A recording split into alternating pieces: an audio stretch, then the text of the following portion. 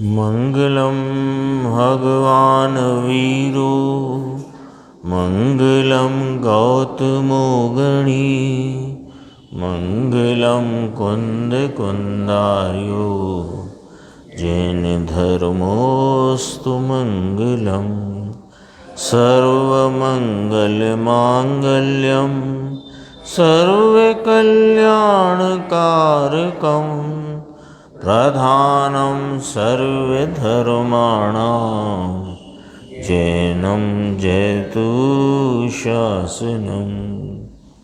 मैं नमो तीर्थनायक को, नमो ओंकार वाणी को, नमो उन कुंद प्रभु को जिन्होंने ओंकार धारण की। अहो उपकार जिनवर का कुंद का दिव्य वाणी का, जिन कुंद ध्वनि दाता उन कहान स्वामी का। रमियूण जिणम वीरम अनंत वर्णाण दंसन सहावम भोक्षामिणियम सारम केवली शुद्ध केवली भणिदम। नियम सार जी परमागम ग्रंथ, इसके परम समाधि अधिकार की 128 नंबर की गाथा, उस पर पूज्य गुरुदेव श्री के व्याख्यान है, उस पर अपनी स्वाध्याय चलती है। पेज नंबर 159 है। इसमें बीच में एक पैराग्राफ है, देखो इसमें कहा ना, अपरिस्पंदता रूप परिणमन होता है। ये चर्चा आई थी कि राग देश के अभाव से अपरिस्पंद रूपता अकंपता रूप परिणमन होता है।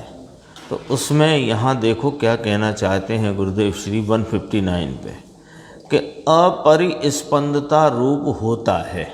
तो अपरिस्पंदता ये तो पर्याय हुई, यानी परिस्पंदन नहीं होना या परिस्पंदन का भाव होना, वो परिस्पंदन के अभाव होना।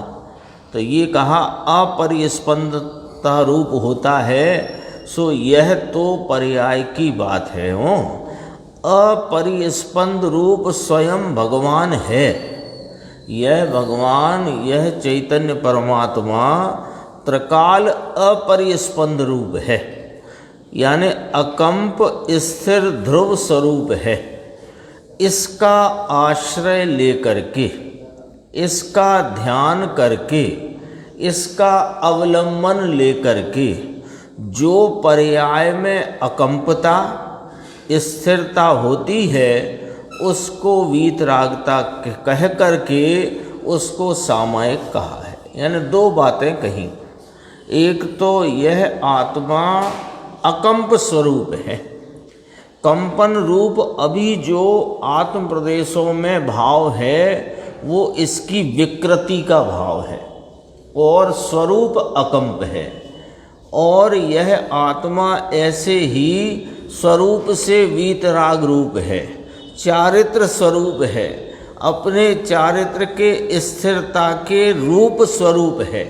इसके चारित्र भाव में स्थिरता न रहकर जितना रागादि का भाव उत्पन्न होता है, ये इसकी विकृति है। ऐसे ही इसके आत्म प्रदेशों में जो कंपन है वो विकृति है।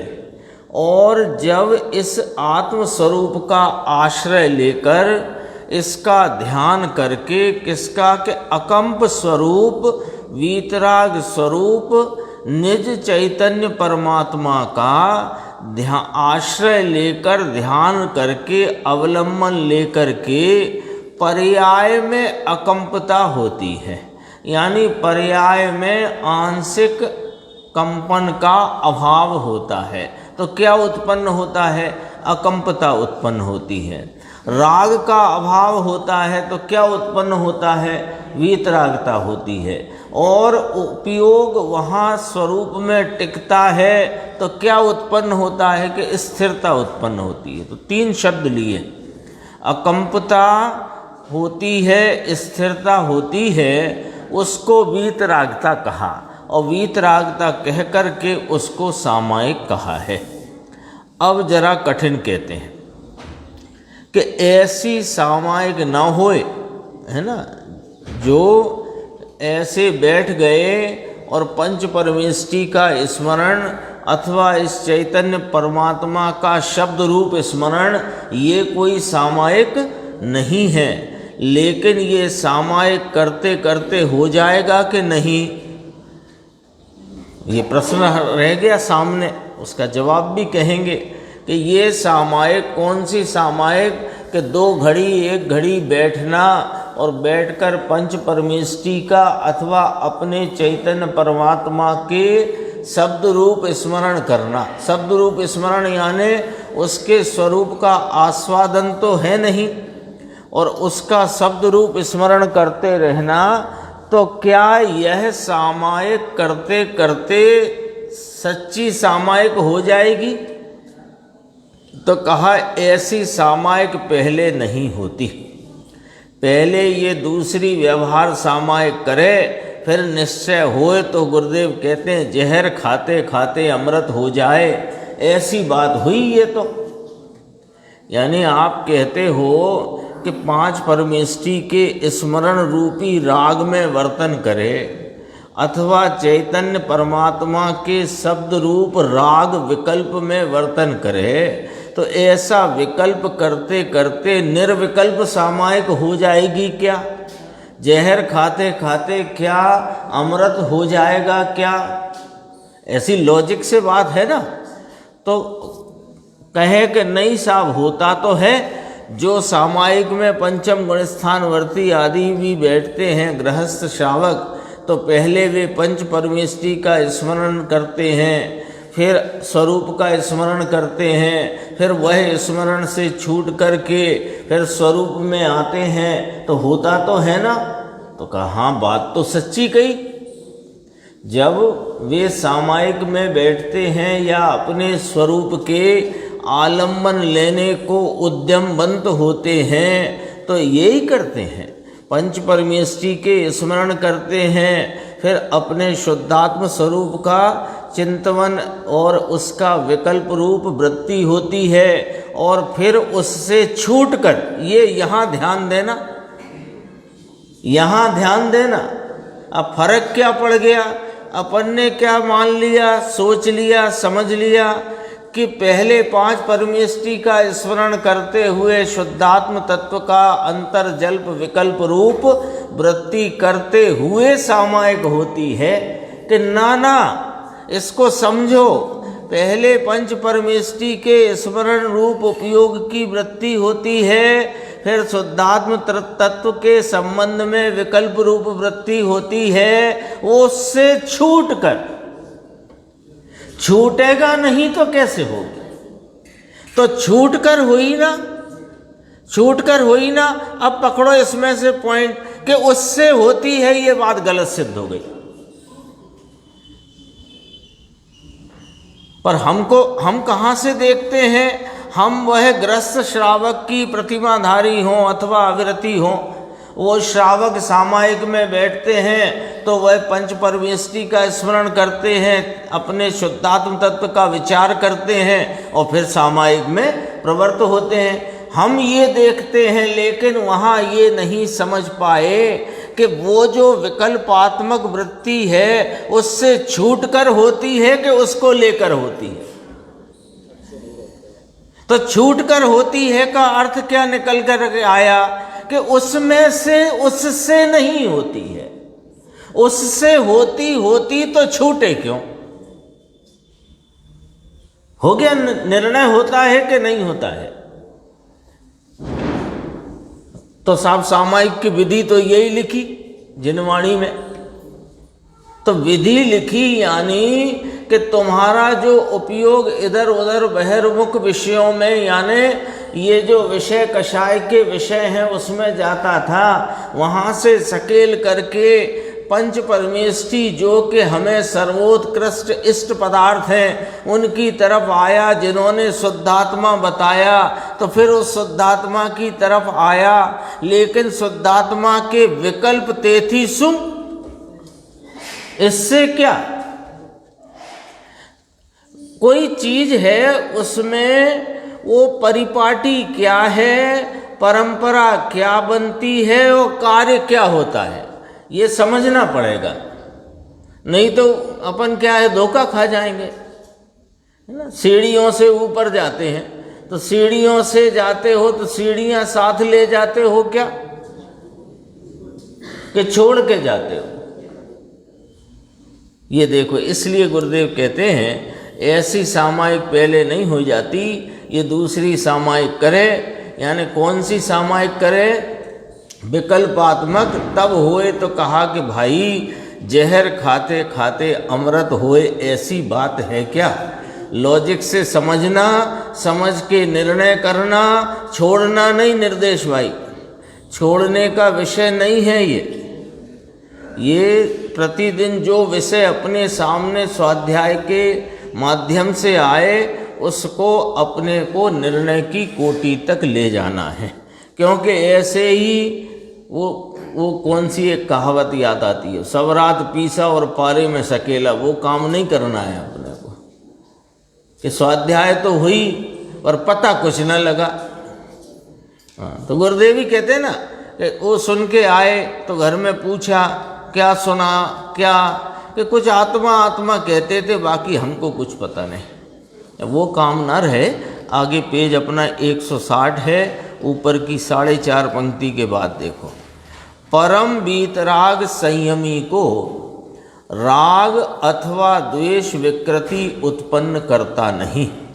किसको, कि परम वीतराग संयमी को राग और द्वेष विकृति उत्पन्न नहीं करता।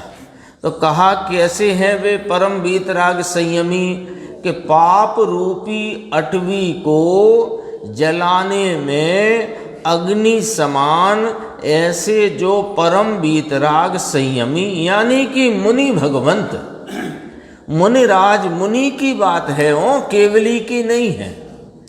अंदर परम वीतराग स्वरूप प्रकट हुआ है।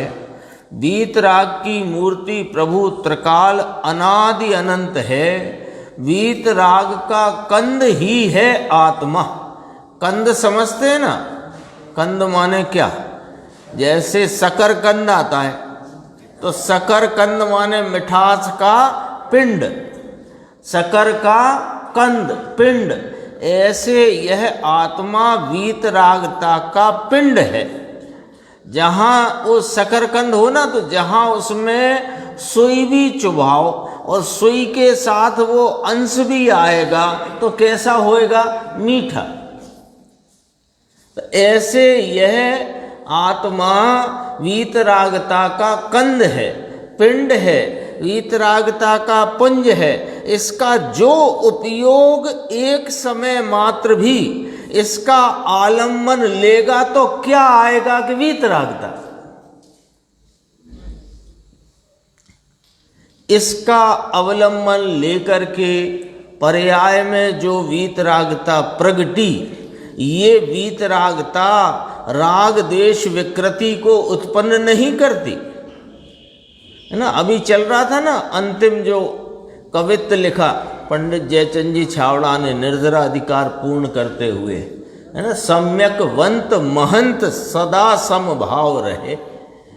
सम्यक वंत महंत, वे महंत हैं जिन्होंने अपने इस चैतन्य स्वरूप को अपनी उपयोग परिणति से विषय करके उसका आस्वादन लेते हुए उसकी श्रद्धा और प्रतीति करी है। दृष्टि जिनकी सम्यक हुई है वे कौन हैं, महंत हैं। और महंत हैं सदा समभाव में रहते हैं, उनको विषमता उत्पन्न ही नहीं होती। अच्छा, तो ज्ञानी धर्मात्मा जो सम्यक दृष्टि, चौथे गुणस्थान, पांचवें गुणस्थान आदि हैं, इनमें क्या उनको रागादि उत्पन्न नहीं होते? तो कहा कि रागादि उत्पन्न होते नहीं, और जो ठीक अठीक की कल्पना है, आसक्ति का भाव है। देखें, पकड़ना जरा, राग द्वेष आदि उनको नहीं होते। नहीं होते माने राग द्वेष रूप वे नहीं होते। और राग द्वेष तो जो होते हैं आसक्ति में, अस्थिरता में, ठीक अठीक की थोड़ी कल्पना हो आती है, तो वे कल्पना रूप न होते। उस कल्पना रूप भी वे नहीं होते, क्योंकि उनको विकृति उत्पन्न नहीं होती।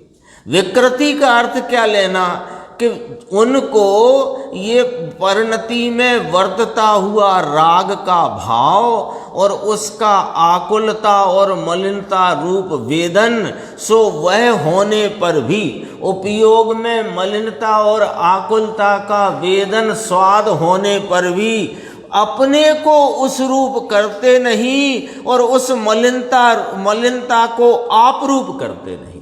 इसलिए वे यहाँ मिलाना इसको, इसलिए ये जो स्वरूप आलम्बन से, जो अभी तो यहाँ मुनिराज की बात है ना, तो परम वीतरागी संयमी इनको स्वरूप का ध्यान रूप भाव अवलंबन आश्रय होने से उपजी हुई जो वीतरागता है, ये वीतरागता राग देश विकृति को उत्पन्न नहीं करती। ये कहा, ये समता में राग द्वेष होता नहीं।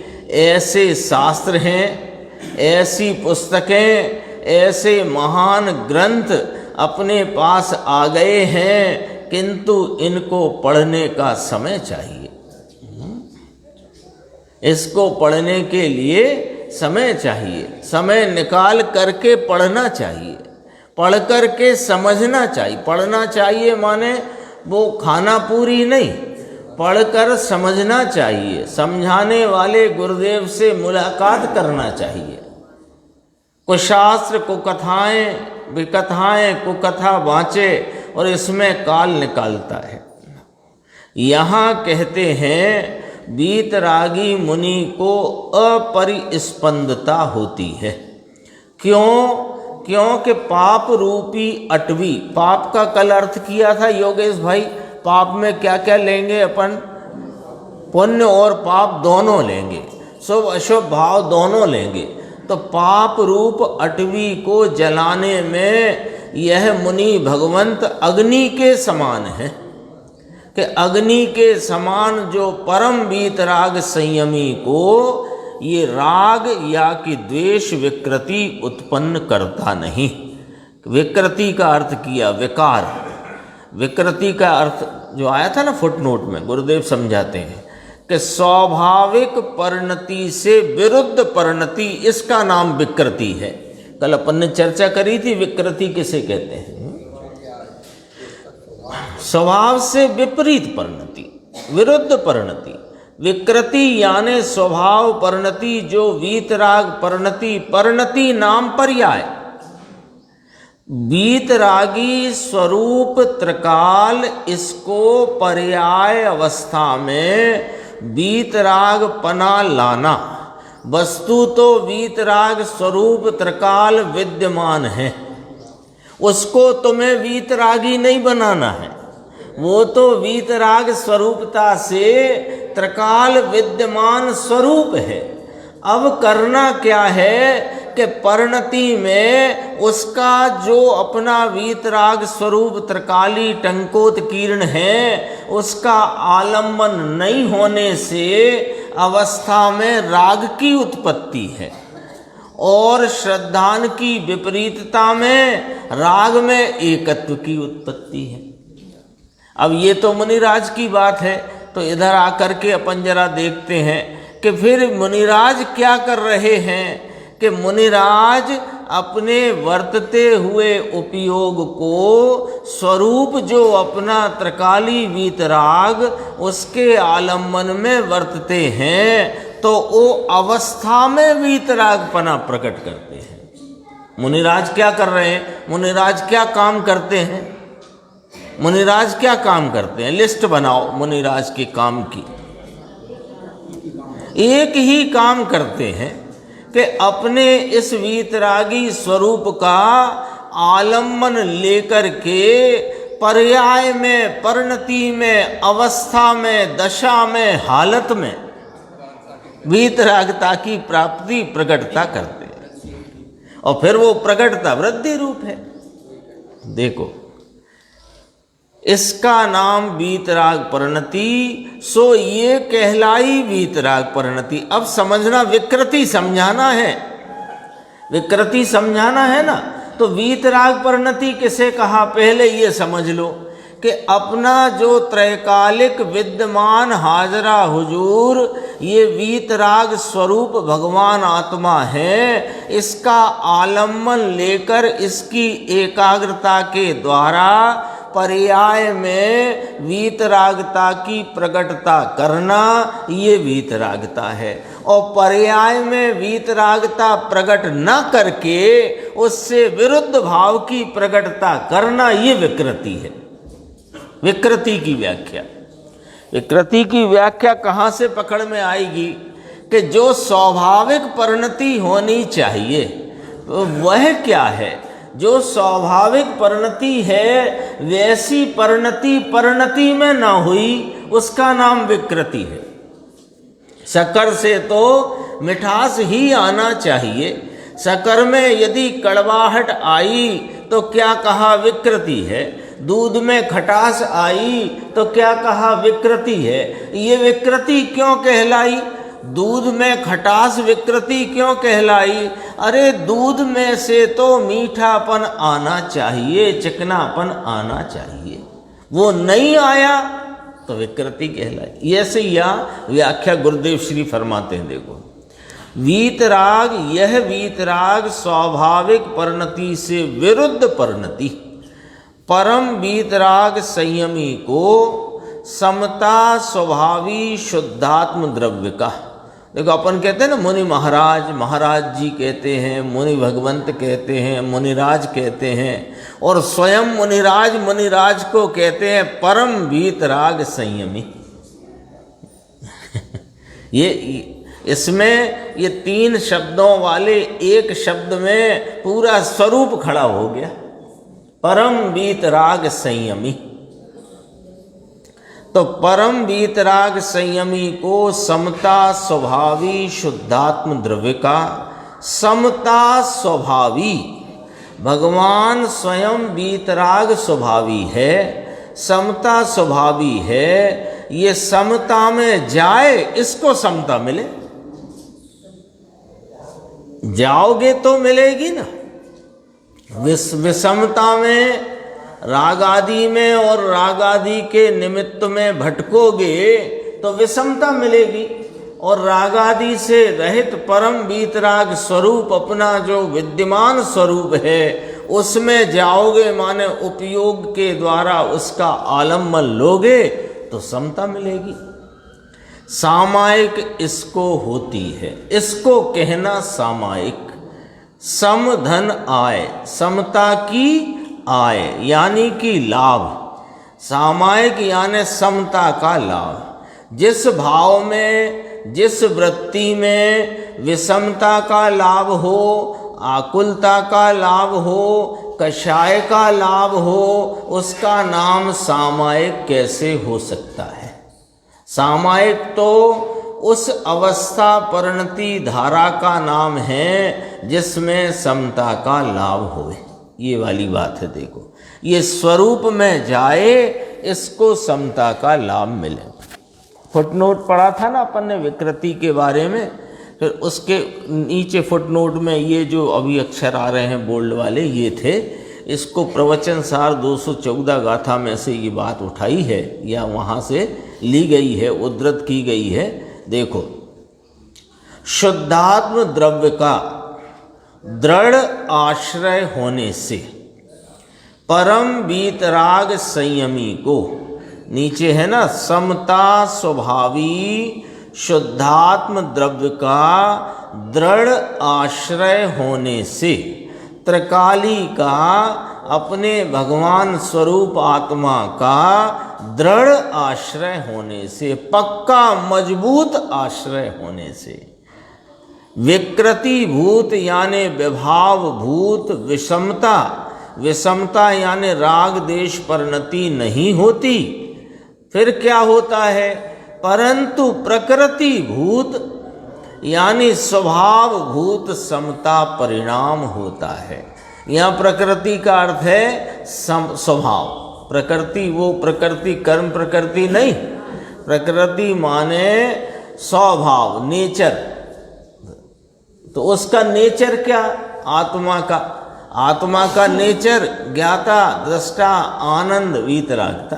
तो वो उसकी प्राप्ति होती है। यहाँ देखो गुरुदेव ने कहा, यहाँ प्रकृति एटले कर्म प्रकृति ये नहीं।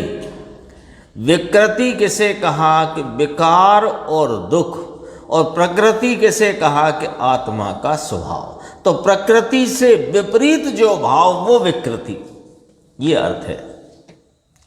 ये प्रवचन सार में आ गया है। प्रवचन सार में वीतराग संयमी ऐसा लिखा, प्रवचन सार 214 गाथा, उसमें ये आया है। आगे थोड़ा और देखते हैं अपन। देखो आगे पेज 161, ये है ना उत्तर यहाँ लिखा है। वो मुमुक्षु ने याद दिलाया, गुरुदेव को लगा चर्चा पूरी हो गई, फुटनोट पढ़ रहे थे ना, तो फिर उसने कहा कि अभी ऊपर की टीका बाकी है साहिब। तो क्या अच्छा ठीक है। वह महा आनंद के अभिलाषी जीव को लो। ये मुनिराज कौन होते हैं कि महा आनंद के अभिलाषी कि लो? हमने तो सुना था कि उन्हें तो इच्छा ही नहीं है, कि वे वास्तव में इच्छा रहित ही है। क्यों? कि एकमात्र अपने स्वरूप के आलम्बन से प्राप्त होने वाले परम आनंद पूर्णानंद के अभिलाषी हैं, और कोई इच्छा नहीं। तो उनको कहा वे महा आनंद के अभिलाषी जीव को विकृति उत्पन्न नहीं होती। वह महा आनंद के अभिलाषी जीव को फिर गुरुदेव पूछते हैं कि विकृति किसको उत्पन्न नहीं होती? कि परमानंद अतीन्द्रिय आत्मा, इसकी जिसको उत्पत्ति होए। ये क्या अर्थ हुआ? कि यह जो परमानंद स्वरूप अतीन्द्रिय आनंद स्वरूप अपना आत्मा, जिसकी पर्याय में आनंद आदि भाव से प्रकट हुआ, व्यक्त नाम वह व्यक्त प्रकट होकर के वेदन में आया, इसकी नाम उत्पत्ति हुई, उसको विकृति उत्पन्न नहीं होती। महा आनंद के अभिलाषी जीव को वे मुनिराज की बात कहते हैं कि जिनको 5 इंद्रियों के फैलाव रहित देह मात्र परिग्रह लो, इसका नाम मुनि। मुनि को एक देह मात्र परिग्रह होता है। मुनि को वस्त्र पात्र हो सकते नहीं। वस्त्रपात फिर पीछे से ये लोगों ने नया कल्पित शास्त्र बनाया, इसमें डाल दिए।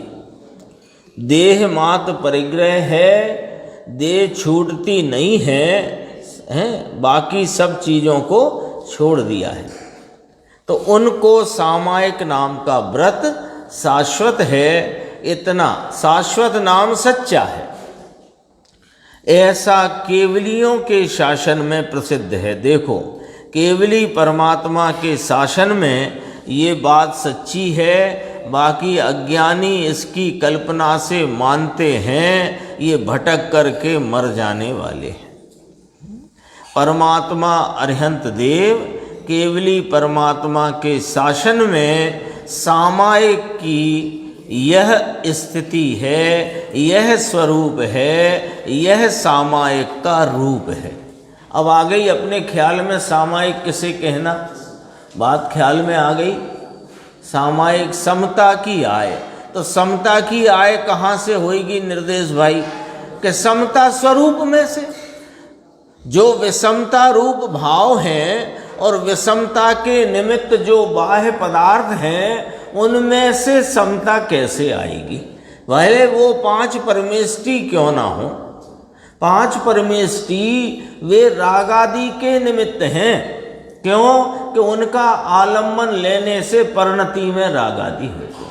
तो जिनवाणी में तो धर्म का निमित्त कहा, तो तुम अपना आलम्बन लेके धर्म प्राप्त करो तो उन्हें निमित्त कहा जाए। तुम अपना आलम्बन लेते नहीं, उनका आलम्बन लेते हो तो क्या प्रकट होता है परिणति में? तो समता और सामायिक किसको कहेंगे योगेश भाई? कि जो स्वरूप के आलम्बन से समता नाम वीतरागता की प्रकृति भूत नाम स्वभाव भूत जो परिणति उत्पन्न होती है उसका नाम सामायिक है। इस पर ऊपर कलश कहते हैं मुनिराज, वो अपन पढ़ते हैं 162 पेज। राग द्वेषो विकृति मिहितौ नैव कर्तुं समर्थो ज्ञान ज्योति प्रहत दुरिता नीक घोरांधकारी आराती सहज परमानंद पीयूष पूरे तस्मिन् नित्य समरसमये को विधि को निषेध। बहुत गजब की बात इस कलश में टीकाकार मुनिराज कहते हैं।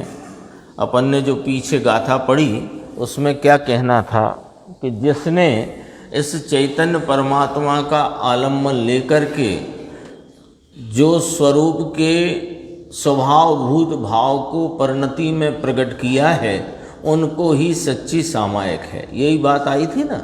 तो ऐसे वीतरागी संयमियों को फिर क्या विधि और क्या निषेध है, ये बात यहाँ कहते हैं। देखो, जिसने ज्ञान ज्योति द्वारा पाप समूह रूपी घोर अंधकार का नाश किया है। ये पाप समूह रूपी घोर अंधकार, इतना शब्द आया। काय से नाश किया? ज्ञान ज्योति से। आपके कमरे में घोर अंधकार हो तो काय से नाश करते हो अंधकार का? प्रकाश से, प्रकाश के द्वारा, ज्योति के द्वारा, प्रकाश के द्वारा। तो यह प्रकाश स्वरूप कौन है यहाँ और अंधकार स्वरूप कौन है? हिसाब लगाओ, यहीं के यहीं जवाब आएगा। कौन है प्रकाश स्वरूप? कि यह चैतन्य परमात्मा ज्ञाता दृष्टा त्रिकाल एक टंकोदकीर्ण ज्ञायक प्रभु, ये प्रकाश स्वरूप है। जो जानन देखन स्वरूप है वह प्रकाश स्वरूप है। और परिणति में जो भाव जानन देखन भाव से रहित है, राग रूप भाव है, शुभ अशुभ भाव है, कषाय की मंदता तीव्रता का जो भाव है, ये कौन सा भाव है? कि ये अज्ञान भाव है। क्यों? कि इसमें ज्ञान भाव का अंश नहीं। तो जिसमें ज्ञान भाव नहीं उसे क्या कहेंगे? अज्ञान भाव। ज्ञान प्रकाश स्वरूप है तो अज्ञान किस रूप कहलाएगा? अंधकार स्वरूप। तो इस ज्ञान ज्योति द्वारा, जिसने ज्ञान ज्योति द्वारा पाप समूह रूपी, पाप के समूह में क्या क्या आ गया योगेश भाई? फिर वही प्रश्न आपके सामने, पुण्य पाप दोनों आ गए। तो पाप समूह रूपी माने पुण्य पाप रूपी घोर अंधकार का नाश। लो शुभ भाव को काय में डाला? घोर अंधकार में। अंधकार में क्यों डाला? क्योंकि उसमें ज्ञान प्रकाश का अंश नहीं। गुरुदेव की भाषा में चैतन्य के नूर का अंश नहीं होने से। तो पाप समूह रूपी घोर अंधकार का नाश किया है। तो उस ऐसे जो मुनिराज हैं, ऐसे जो आत्मा के आराधक जीव हैं, उनको कौन निकट है?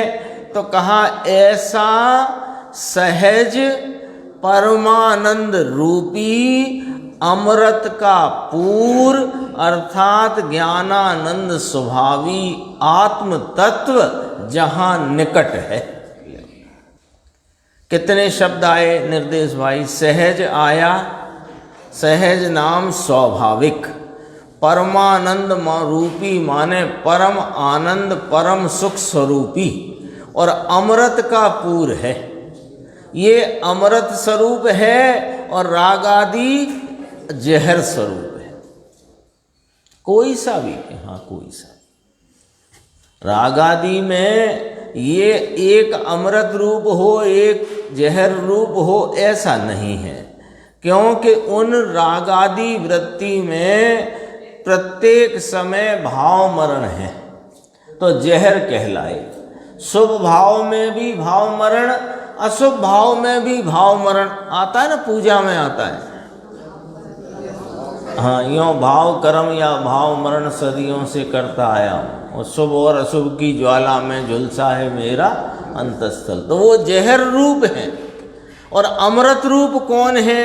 यह अपना स्वाभाविक परमानंद रूपी ज्ञानानंद स्वभावी आत्म तत्व, ये अपना जो चैतन्य परमात्मा है, ये किसको निकट है? कि जिसने ज्ञान ज्योति द्वारा पुण्य पाप रूपी तिमिर नाम अंधकार का नाश किया है।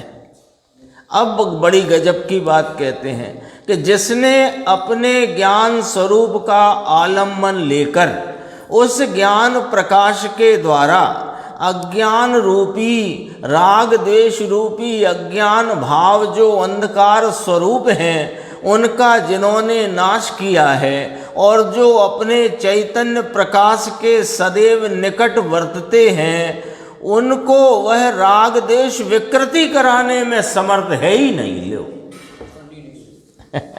ताकत नहीं है, अब निर्बल हो गया है। निर्बल क्या, बलहीन हो गया है। कौन? राग द्वेष। देखो वहां वह राग द्वेष विकृति करवाने में समर्थ नहीं ही। जिसने इस चैतन्य तत्व का आलम्बन लिया है, जिसने इस चैतन्य तत्व की आराधना प्रारंभ कर दी है, उसकी आराधना में उद्यमवंत है, उसकी आराधना में तत्पर है, उसके तो अंधकार का नाश हुआ है और सहज परमानंद रूपी चैतन्य तत्व उसके निकट वर्तता है, उसको ये राग द्वेष विकृति कराने में समर्थ नहीं है, ताकत ही नहीं। तो वह नित्य शाश्वत, नित्य का अर्थ किया शाश्वत, शाश्वत माने सदा काल रहने वाला, वह नित्य शाश्वत समरसमय आत्म तत्व में, ये जो आत्म तत्व जिसके निकट वर्तता है उसकी परिणति में तो समता समता समता बहती है। राग देश इसकी परिणति में विकृति कराए, ऐसी अब ताकत ही किसी में बची नहीं। विकृति और प्रकृति दो शब्द का अर्थ अपन पीछे समझ के आए आज ही। विकृति माने स्वभाव से विरुद्ध परिणति का नाम विकृति, और स्वभाव रूप परिणति का नाम प्रकृति। तो जो प्रकृति स्वभाव भूत परिणति समता के भाव जहाँ बह रहा है, समता की धारा जहाँ बहती है, वहाँ विकृति कोई उत्पन्न करा दे समर्थ नहीं। तो उसमें क्या चल रहा है कि इस नित्य शाश्वत अनादि अनंत त्रिकाली टंकोत्कीर्ण निज आत्म स्वरूप कैसा है? सम रसमय, समता के रसमय है। यह गन्ना आता ना, गन्ना, तो गन्ने में से जरा दबाओगे तो क्या निकलेगा? तो वो मिष्ट रसमय, गन्ना कैसा? मिष्ट रसमय। और यह चैतन्य तत्व कहता कैसा? समरसमय। समता ही समता, वीतरागता समता शांति आनंद, वीतरागता समता शांति आनंद, एक समरसमय। इस आत्म तत्व में अब बताओ भैया विधि क्या और निषेध क्या? ये तो है सो है।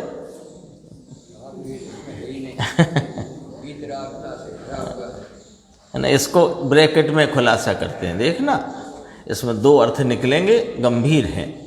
समरस स्वभावी आत्म तत्व में ये करने जैसा है और ये छोड़ने जैसा है, ऐसे विधि निषेध के विकल्प रूप इसका स्वभाव नहीं होने से उस आत्म तत्व को दृढ़पने आलंबन करने वाले मुनि को स्वभाव परिणमन होने के कारण समरस रूप परिणाम होता है। विधि निषेध का विकल्प रूप राग द्वेष रूप परिणाम होता नहीं। विधि निषेध शब्द आया ना, जब यह आत्म तत्व जो वीतराग स्वरूप है, जो परम आनंद रूप है, जो समरसमय है, ऐसे आत्मा के आराधक को, जो आत्मा जिनके निकट वर्तता है, उनको क्या विधि और क्या निषेध? ये करने जैसा है, ये छोड़ने जैसा है, इस प्रकार की विकल्प रूप रागादि वृत्ति उनको उत्पन्न होती ही नहीं। क्यों नहीं होती? क्योंकि विकृति इसलिए उत्पन्न नहीं होती कि उनके तो समता ही उत्पन्न होती है। लिखा ना इसमें इसी में देखो, आत्म तत्व को दृढ़पने नाम मजबूती से जिन्होंने इस अपने चैतन्य भाव का आलम्बन लिया है, ऐसे मुनि भगवंतों को क्या चल रहा है? स्वभाव परिणमन। मुनिराजों को क्या चलता है? स्वभाव परिणमन। मुनिराज ने दीक्षा किस चीज की ली है? स्वभाव रूप परिणमने की दीक्षा ली है। प्रतिज्ञा काय की करी है मुनिराज ने? स्वभाव रूप परिणमने की, शुद्ध उपयोग में वर्तने की प्रतिज्ञा की है। और वे उस प्रतिज्ञा में बंधे हुए उस स्वभाव से बंधे हैं। तो स्वभाव रूप परिणमन होने के कारण देखो क्या उन्हें काय की प्राप्ति होती? गन्ना को निचोड़ देने के कारण मीठे रस की प्राप्ति है। तो ऐसा यह समरसता से परिपूर्ण समरसमय आत्मा के आलम्बन में उसके ही प्रति लगे हुए परिणमन में समरस रूप परिणाम होता है। और समरस रूप परिणाम होता है यानी विकृति उत्पन्न नहीं होती। अब बताओ, जिसने इस चैतन्य परमात्मा का आलम्बन लिया हो, उसे कौन विकृति उत्पन्न कराए? यही कहा ना, विकृति करवाने में समर्थ नहीं ही है ना। एक विधि निषेध का एक अर्थ और विचार में लेते हैं कि लेकर गुरुदेव श्री भी लेंगे। वो मैं ऐसा हूं और ऐसा नहीं, ये विकल्प भी उनको इस चैतन्य तत्व के दृढ़ आलम्बन में उत्पन्न नहीं होता। मैं एक रूप स्वरूप ज्ञायक टंकोदकीर्ण तत्व हूं, ऐसे विकल्प रूप विधि नहीं।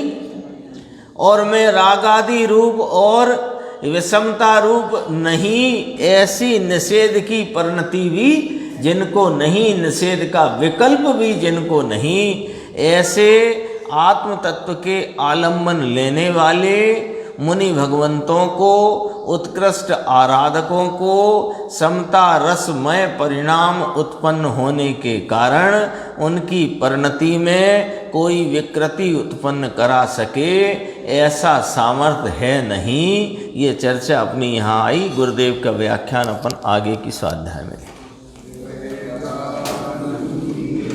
शुद्ध स्वरूपी अविनाशी में